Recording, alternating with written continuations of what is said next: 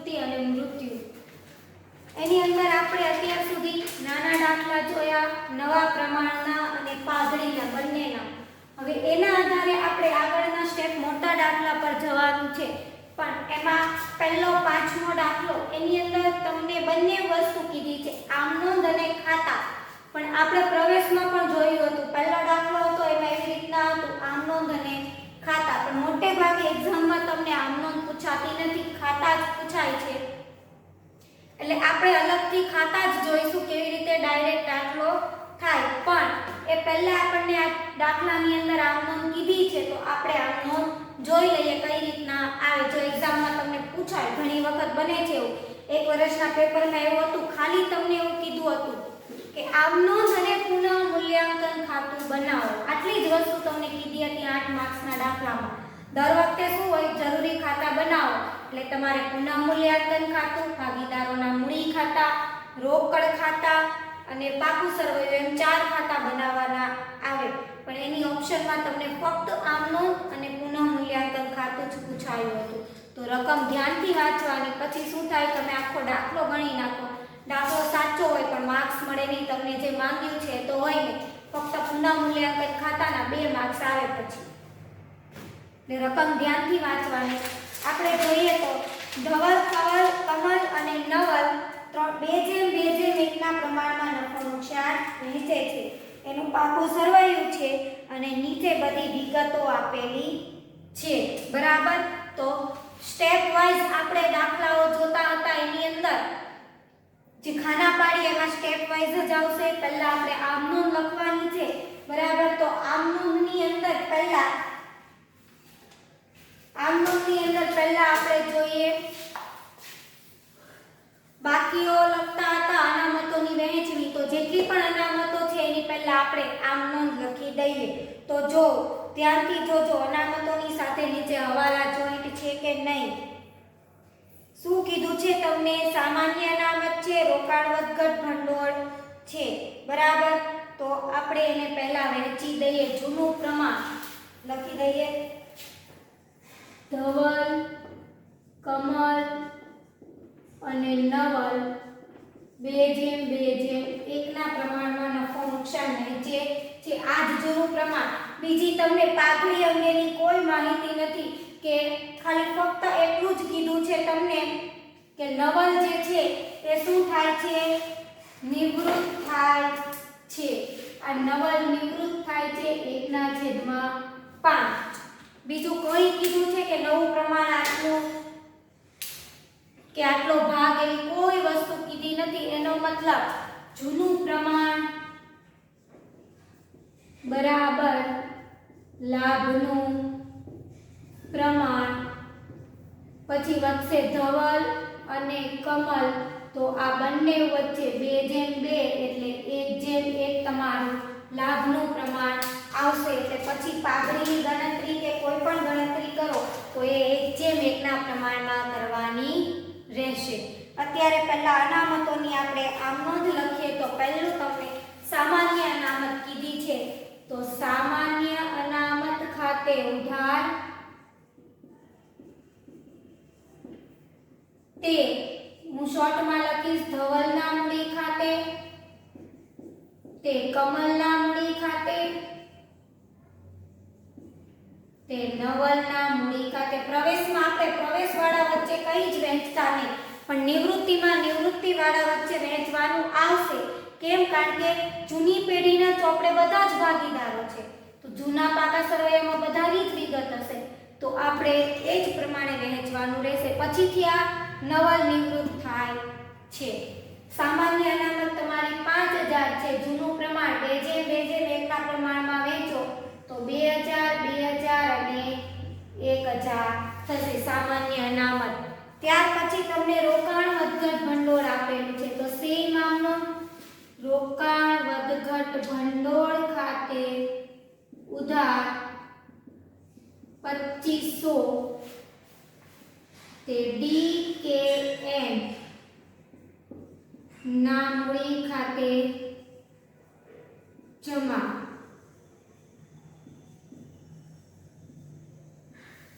2500 છે એને તમે 2:2:1 ના પ્રમાણમાં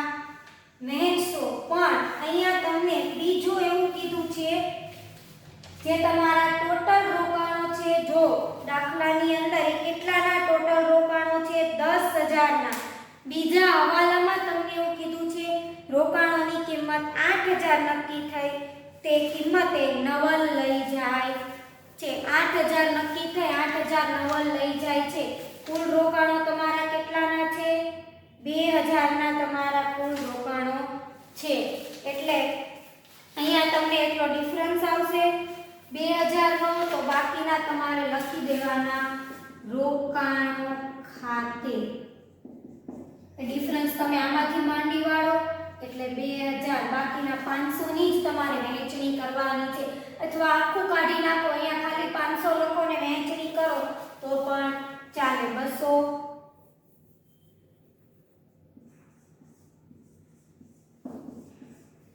બરાબર. ફક્ત 500 થી રકમથી તમે કરો ને રોકાણો કાઢી નાખશો તો પણ ચાલશે, લખો તો પણ વાંધો નહીં. ફક્ત આમનું જ છે. બીજી કોઈ અનામત રહેતી નથી. સામેની બાજુ પર અવાસ્તવિક મિલકતો હોય કે પાઘડી હોય એની પણ વહેંચણી થાય. તો પાઘડી આપેલી છે, જૂની પાઘડી, જૂની પેઢીના ચોપડે. તો ડી કે એન ના મૂડી ખાતે ઉધાર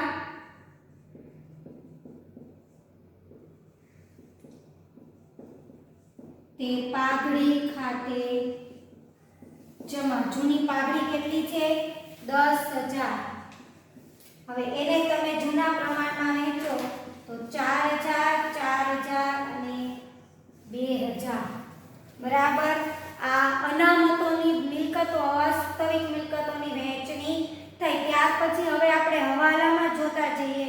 હવાલો છે પુનઃ મૂલ્યાંકનને અસર કઈ રીતે કરે. મેં તમને રૂલ્સ આપેલો જ હતો કે મિલકતોમાં વધારો થાય અને દેવામાં ઘટાડો થાય તો પુનઃ મૂલ્યાંકનની જમા, મિલકત ઘટાડો અને દેવું વધે તો પુનઃ મૂલ્યાંકનની ઉધાર. તો એ રીતના હવે આપણે આમનોંધ આગળની લખીએ. પહેલી હવાલો છે યંત્રોની કિંમત 25,000 થઈ. તો યંત્રો જૂના પાકા સવયાના કેટલા છે? 20,000. 25,000 થયા તો શું થયો? વધારો થયો. એટલે યંત્રો ખાતે ઉધાર તે પુનઃ મૂલ્યાંકન ખાતે જમા 5,000. આ 5,000 કેવી રીતે આવ્યા ખબર પડી ને? 25,000 માઈનસ 20,000. ત્યાર પછી કીધું છે સ્ટોકની કિંમત 5,000 આકવી. સ્ટોક કેટલાનો છે? 10,000 નો અને 5,000 કીધું છે. તો સ્ટોકની કિંમતમાં શું થયો? ઘટાડો. મિલકત છે એટલે તમારી આમ નોંધ આવશે પુનઃ મૂલ્યાંકન ખાતે ઉધાર તે સ્ટોક ખાતે જમા 5,000. 5,000 જ કરવા કીધી છે. ટોટલ છે તમારી 10,000. નેક્સ્ટ કીધું છે તમે રોકાણોની કિંમત 8,000 નક્કી થઈ તે નવલ લઈ જાય છે. નવલ લઈ જાય છે, લાભ લેનાર છે એટલે નવલના મૂડી ખાતે ઉધાર તે રોકાણો ખાતે જમા 8,000. ત્યારબાદ કીધું છે તમને લેણદાર પૈકી 5,000 નું દેવું ચૂકવવું પડશે નહીં. લેણદારો 15,500 ના છે, એમાંથી 5,000 નું દેવું ચૂકવવું પડશે નહીં. એટલે એટલા ઓછા થશે. લેણદારમાં શું થાય? ઘટાડો થાય લેણદારમાં. એટલા માટે તમારી આમ નોંધ આવશે લેણદારો ખાતે ઉધાર તે પુનઃ મૂલ્યાંકન ખાતે જમા 5,000. કેમ 5,000? કારણ કે એટલા ચૂકવવા પડશે નહીં. તફાવત નથી લેવાનો. કામદાર વળતર પેટે 2,000 દાવાની જોગવાઈ કરી. ઉપર તો કામદાર વળતર આપ્યું નથી, ડાયરેક્ટ જ છે. જોગવાઈ જમા થાય એટલે આમ નોંધમાં પુનઃ મૂલ્યાંકન ખાતે ઉધાર તે કામદાર વળતર અનામત ખાતે જમા 2,000.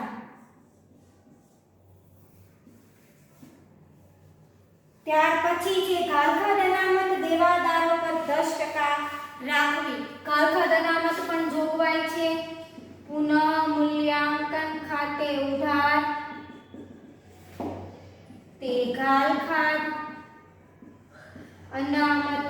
ખાતે જમા. 10% કીધી છે. દેવાદારો તમારા કેટલા છે?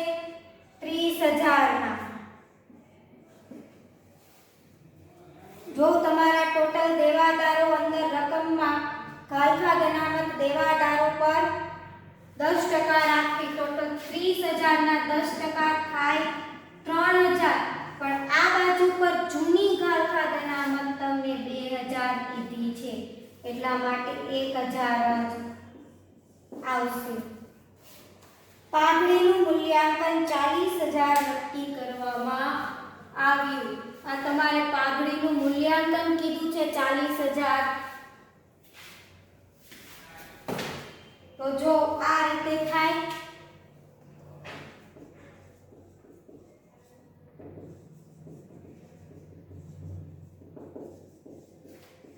નિવૃત્ત નવલ થાય છે. નવલનો ભાગ છે 1/5 એટલે ટોટલ કેટલા આવશે? 8,000. તો 8,000 ને આ પ્રમાણમાં આપણે વહેંચવું પડે, બરાબર. એટલે સેમ તમારી આમ નોંધ થાય ડી અને કે ના મૂડી ખાતે ઉધાર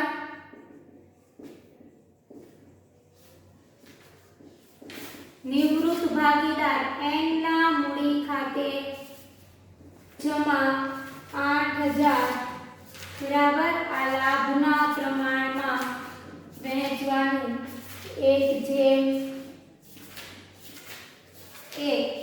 ત્યાર પછી અહીંયા બધી જ આમનોંધ તમારી પૂરી થઈ જાય છે. હવે ફક્ત બે જ આમનોંધ બાકી રહે છે તમારી. ખાતું બંધ કરીએ ત્યારે પુનઃ મૂલ્યાંકન બંધ કરીએ ત્યારે એનો નફો કે નુકસાન, અને બીજું અહીંયા નવું આવશે એક આમનોંધ ભાગીદારોના મૂડી ખાતા બંધ કરીએ એમાં જ્યારે નવલનું ખાતું બંધ કરીએ ત્યારે એને તમે બાકી આગળ લઈ ગયા એવું લખી શકો નહીં, કારણ કે નિવૃત્ત થાય છે. નવી પેઢીમાં નવા પાકા સરવૈયામાં એનો કોઈ હક જ નથી. તો ત્યાં તમારે એને રકમ ચૂકવવી પડે બાકી વધતી. તો એ તમને દાખલામાં આપેલું જ હોય કે રોકડ ચૂકવવાની છે કે લોન તરીકે, જે રીતે હોય એની આમનોંધ. એટલે હજુ બે આમનોંધ તમારે અહીંયા એડ કરવાની થશે. પુનઃ મૂલ્યાંકન બંધ કરવાની અને નવલનું મૂડી ખાતું બંધ કરવાની આમનોંધ. આ આમનોંધ હતી તમારે ફક્ત આની ખતવણી કરવાની આવે, પણ આપણે આમનોંધ એક્ઝામમાં પૂછાતી નથી, ડાયરેક્ટ દાખલો પૂછાય છે.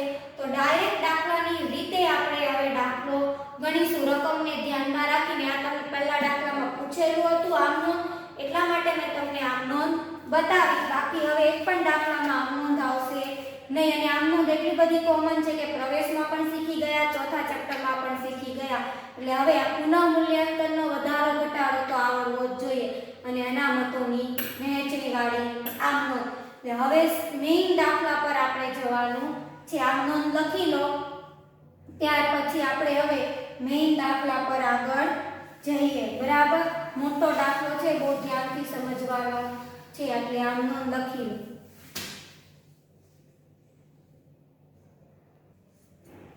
મોટો દાખલો જોઈએ આપણે કઈ રીતે કરવાનું છે. અત્યારે આમનોંધને એકદમ ભૂલી જાઓ, બરાબર. આમનોંધને ભૂલી જ જાઓ. આપણે ડાયરેક્ટ નવો જ દાખલો કઈ રીતે કરવાનો છે એ જ પ્રમાણે જોઈએ. એમાં આપણે સ્ટેપ વાઇઝ દાખલો ગણવાનો છે. આપણે જેમ પ્રવેશમાં કરતા હતા એમ પહેલો સ્ટેપ પાઘડી, પહેલો સ્ટેપ બાકી આગળ લાવ્યાનો લખતા હતા. બીજો સ્ટેપ અનામતોની વહેંચણી કરતા હતા. ત્રીજો સ્ટેપ પુનઃ મૂલ્યાંકનની અસરો આપણે આપતા હતા. ચોથો સ્ટેપ પાઘડીની અસર આપતા હતા.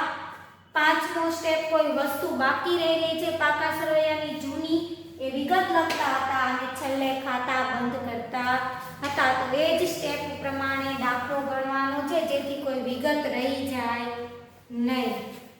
એમાં પહેલું બાકી આગળ લાવ્યા લખવાનું છે, પહેલો સ્ટેપ. તો મૂડી અહીંયા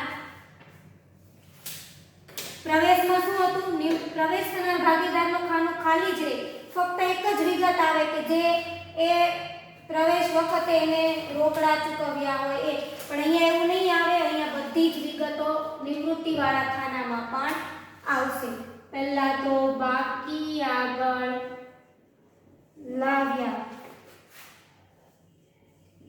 30,000 20,000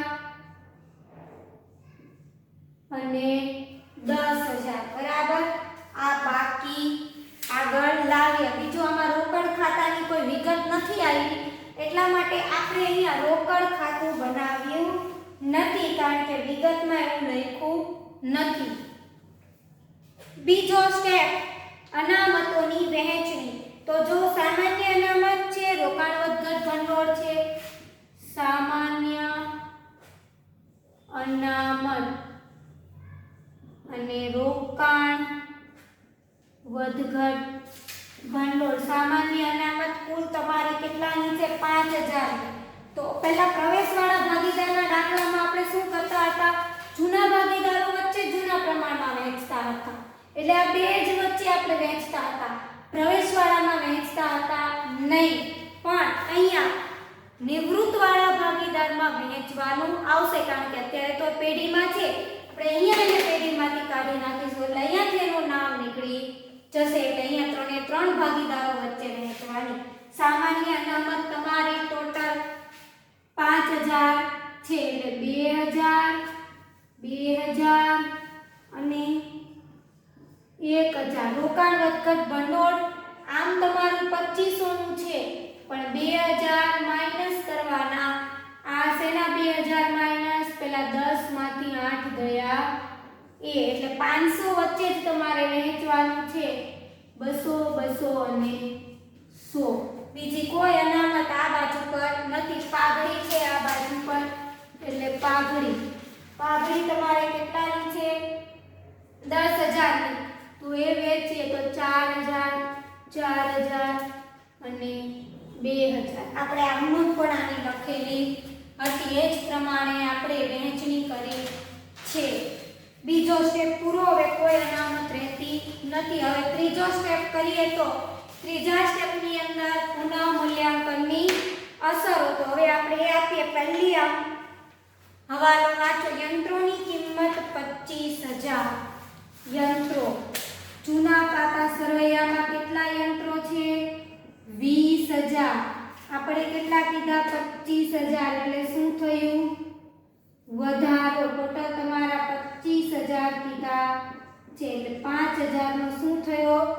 વધારો. અહીંયા યાદ રાખો હંમેશા આ બાજુ પર મિલકત વધે અને દેવું ઘટે. અહીંયા મિલકત ઘટે અને દેવું વધે. મિલકતમાં વધારો થયો તો યંત્રો ખાતે 5,000. સ્ટોકની કિંમત 5,000 આંકવી. તો જો સ્ટોક ટોટલ કેટલાનો છે? 10,000 નો. હવે આપણે એમાં ઘટાડો કરવાનો કારણ કે 5,000 આંકવા કીધી એટલે આ 5,000 નો શું થયો? ઘટાડો. મિલકત ઘટે, સ્ટોક ખાતે 5,000.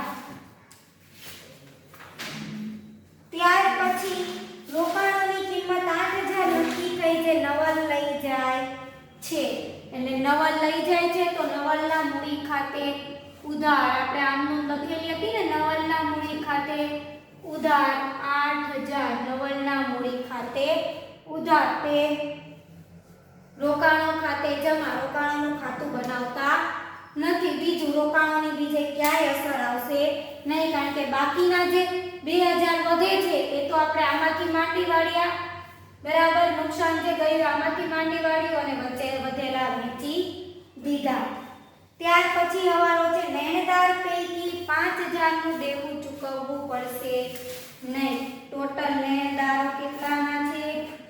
15,500 માઈનસ ઘટાડો 5,000 નું દેવું ચૂકવવું પડશે નહીં. એટલે લેણદારો થયા 10,500. લેણદાર દેવું છે દેવામાં ઘટાડો. લેણદારો ખાતે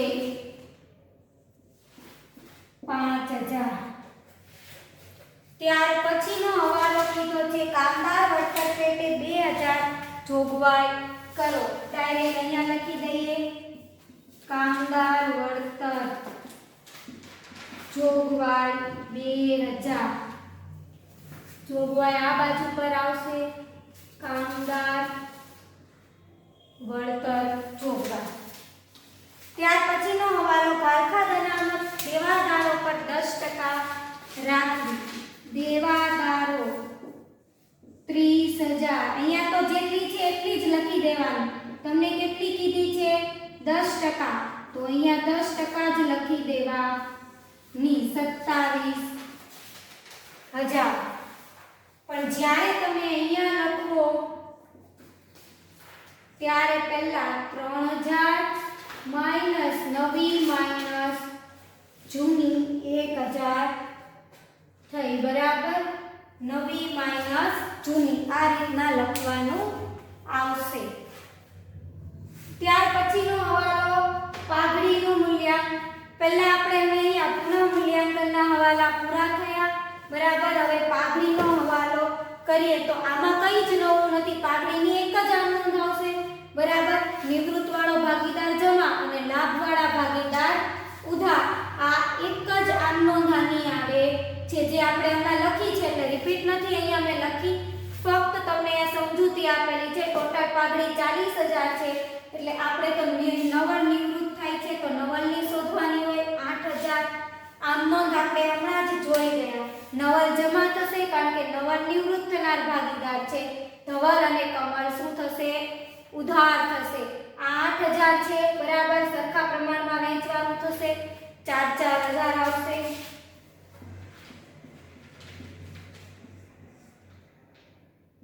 ડી અને એ આ ઉધાર, આ જમા. શું આમ નોંધ થશે? ધવલના મૂડી ખાતે ઉધાર, કમલના મૂડી ખાતે ઉધાર, આ બંનેના મૂડી ખાતે ઉધાર. નામ વિરુદ્ધનું લખાશે. નવલના મૂડી ખાતે જમા. ધવલના 4 ખતમણી જ કરવાની છે અને જમા શું હતું? નવલના મૂડી ખાતે જમા હતું. રકમ બંનેની લખાય, ખાનું એક જ હોવું જોઈએ, રકમ એ જ, નામ બદલાય એટલે અહીંયા શું આવશે? ધવલના મૂડી ખાતે અને કમલના મૂડી ખાતે. સમજ પડી? આ રીતે તમારે અહીંયા ખતવણી કરવાની આવશે. અહીંયા તમારો પાઘડી વાળો મુદ્દો પૂરો, એક જ નોંધ આવશે પાઘડી વાળા સ્ટેપની. ત્યાર પછી આગળનો સ્ટેપ પુનઃ મૂલ્યાંકનમાં બાકી રહી ગયેલી વિગતો લખવાની. તો જો પુનઃ મૂલ્યાંકનમાં કઈ કઈ વિગતો બાકી રહી જાય છે? મૂડી ખાતા, તો મૂડી ખાતા આપણે આવશે. અનામતો અને ભંડોળ બંને વહેંચાઈ ગયું. કારખાન અનામતની નોંધ પણ અહીંયા થઈ ગઈ. લેણદારો પણ આવી ગયા. મૂડી દેવા બાજુ પર બધું આવી ગયું. મિલકત લેણા બાજુ પર પાઘડી વહેંચાઈ ગઈ, યંત્રો આવી ગયા, રોકાણો પણ લઈ ગયા અને બાકીના વહેંચાઈ ગયા. દેવાદારો પણ આવી ગયા, સ્ટોક પણ આવી ગયો. રોકડ અને બેંક 5,000. 5,000 રોકડ અને બેંક, બરાબર? બીજું હવે અહીંયા કોઈ વસ્તુ બાકી રહેતી નથી. હવે લાસ્ટ સ્ટેપ ખાતા બંધ કરવાના. ધ્યાનથી જોજો, અહીંયા ખાતા બંધ કરવામાં એક જ નવો મુદ્દો આવશે જ્યારે તમે નવલનું ખાતું બંધ કરશો ત્યારે. બાકી સેમ જેમ અગાઉ આપણે કરતા હતા એમ જ બંધ થશે. આમાં જમા બાજુનું ટોટલ વધારે છે 10,000. 10 માંથી આ બાદ કરો તો 8,000 બાદ થાય તો 2,000. અને શું કહેવાશે? નફો, જે આપણે ધવલ, કમલ અને નવલ ત્રણે ત્રણ વચ્ચે વહેંચવાનું. પ્રવેશમાં પ્રવેશવાળા વચ્ચે વહેંચતા નહીં કારણ કે એનો પ્રવેશ આપણે અહીંયાથી થાય છે. અહીંયા શું થાય? અહીંયા સુધી બધી નિવૃત્તિની ગણતરી કરવી પડે. અહીંયાથી નિવૃત્ત વાળો નીકળી જાય કારણ કે પહેલા તો એ પેઢીમાં છે એટલે ત્રણે ત્રણ વચ્ચે વહેંચવાનું જૂના પ્રમાણમાં 2:2:1. એટલે કેટલું આવશે તમારું? 800, 800 અને 400. એટલું આવ્યું. પુનઃ મૂલ્યાંકન ખાતે નફો છે. પુનઃ મૂલ્યાંકન ખાતે નફો હોય તો આ બાજુ, ખોટ હોય તો આ બાજુ. 800 અને 400 બરાબર. આ થયું. હવે આપણે આ મૂડી ખાતા બંધ કરીએ, ભાગીદારોના મૂડી ખાતા. તો આની અંદર ધ્યાનથી જોજો, બધામાં બાકી આગળ લઈ ગયા નહીં આવશે.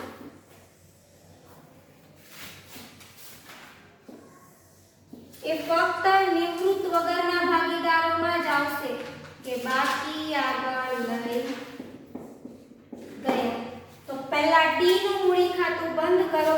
ડી ના મૂડી ખાતાનું ટોટલ થશે 33000. 33000.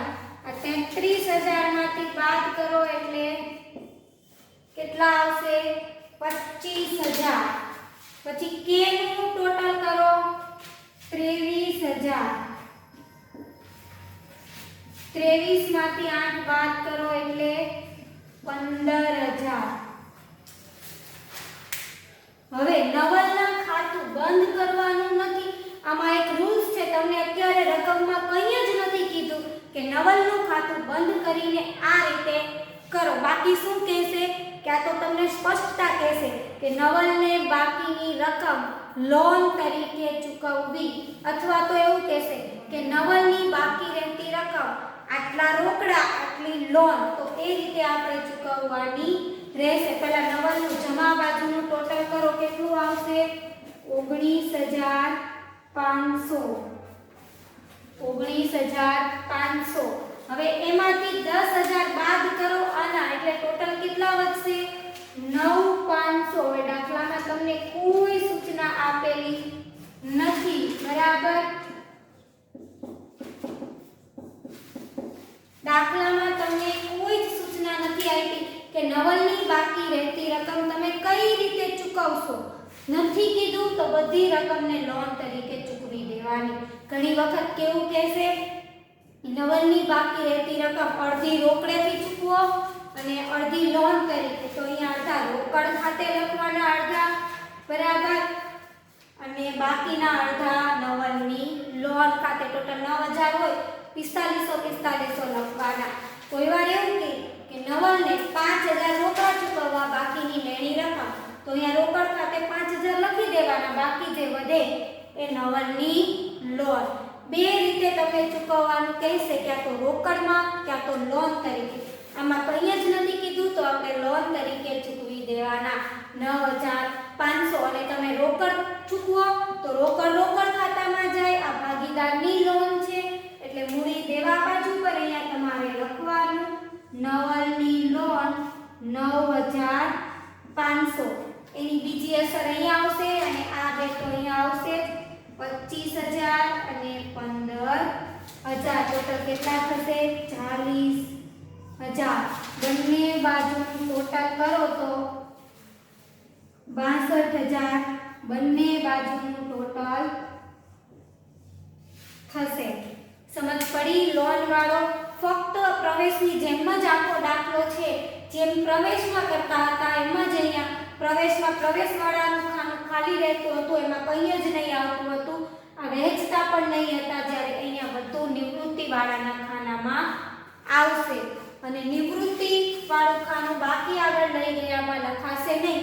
એને ક્યાં તો લોન તરીકે રકમ ચૂકવવાની, ક્યાં તો રોકડ તરીકે રકમ ચૂકવવાની.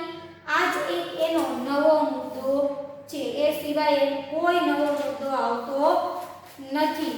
બાકી બધું સેમ, જેમ પુનઃમૂલ્યાંકન ખાતું બનાવતા હતા એ સેમ બંધ કરીને જ્યાં લઈ જતા હતા, બાકી બધા મુદ્દા સેમ. પાઘડી તો આમાં ઓર ઈઝી બની જાય તમને, કેમ કે એક જ આમનોંધ આવે, બીજી પાઘડીની કોઈ આમનોંધ આવે નહીં. એટલે આખો દાખલો એકદમ ઈઝી છે નિવૃત્તિનો. અને આપણે અઘરા દાખલા મૃત્યુવાળા જે છે તો એક્ઝામમાંથી ઓલરેડી નીકળી ગયા છે, એટલે આપણે જોવાના નથી. ના મોટા દાખલા ટોટલ 10 જેટલા છે, તો આપણે ખાસ ધ્યાનથી રાખજો. એક તો પ્રવેશ કરતા નિવૃત્તિના દાખલા અઘરા આવશે. આ તો તમને પહેલો મુદ્દો છે એટલે ડિફિકલ્ટ નથી લાગ્યું. પ્લસ પ્રવેશમાં જે ઊંધેથી ખાતા બંધ કરવાના દાખલા હતા એ સિલેબસમાંથી કાઢી નાખ્યા છે, એટલે એ તમને હજી નથી આવેલા, જેનો ઉપયોગ પણ આની અંદર આવવાનો છે એટલે નિવૃત્તિમાં ખાસ કરીને ધ્યાન આપજો, સાથે સાથે જ દાખલા ગણતા જજો. આજે આ દાખલો કરાવ્યો છે તો એનું ઉદાહરણ ને સ્વાધ્યાયનો દાખલો મોઢે જાતે થઈ જ જવો જોઈએ, તો જ આ વસ્તુ આવડશે. અને ધ્યાનથી જોશો તો જ આવડશે, ખાલી એકદમ જોવાથી આવડી જશે નહીં સમજ પડે, આમાં કોઈ વસ્તુ નહીં સમજાય હોય તો મને WhatsApp મેસેજ દ્વારા પૂછજો. પણ ખાસ આની સાથે સાથેના જે સ્વાધ્યાય અને ઉદાહરણ છે એ કમ્પ્લીટ કરી લેજો કે એમાં સમજ પડે છે, આવડે છે કે નથી આવડતી. આ જ સ્ટેપમાં આ રીતે દાખલો ગણવાનો આવશે. નેક્સ્ટ આપણે નેક્સ્ટ વિડીયોમાં જોઈશું. અસ્તુ, આભાર.